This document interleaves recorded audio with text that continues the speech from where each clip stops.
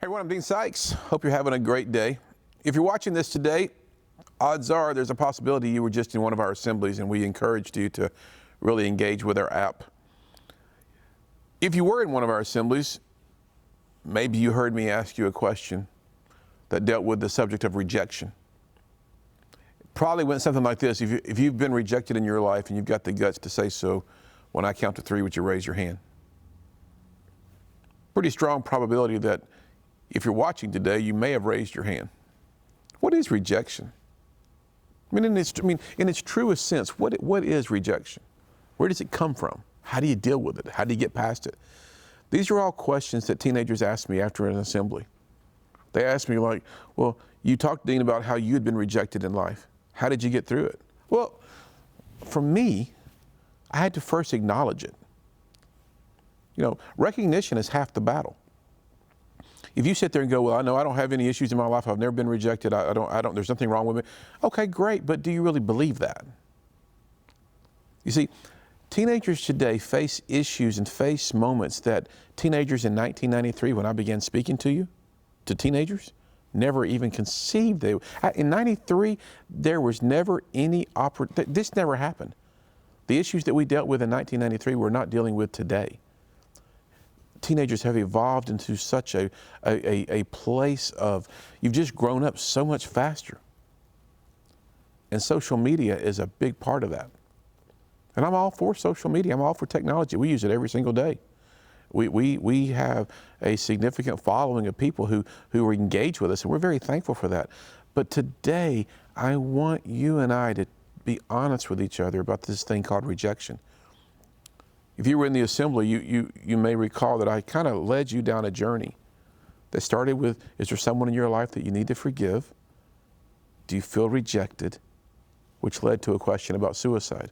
I didn't just arbitrarily just throw those 3 things out there.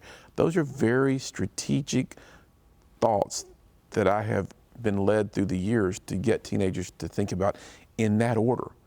Because unforgiveness oftentimes leads to this thing called rejection. And if undealt with, rejection can oftentimes lead to a really bad choice called attempted suicide.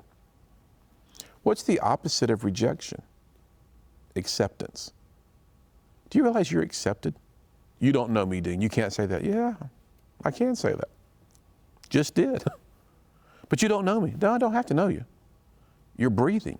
There's something scheduled for you to do today. Your life has such a value. It has such purpose because your life really does matter. So maybe today you feel like you've been through a really tough time and you've got what I call the seeds of rejection in your heart. Those seeds have to be withdrawn and replaced with really positive, dynamic, just love. Because on the other side of rejection is acceptance. But what causes a person to reject someone else? Could be pain, could be disappointment, could be anger, could be frustration. As a teenager today, if you have been rejected, I'm not saying just take it and accept it and go, oh, this is in life great. I'm asking you to take a minute and consider what's going on. Who rejected you? Why did they reject?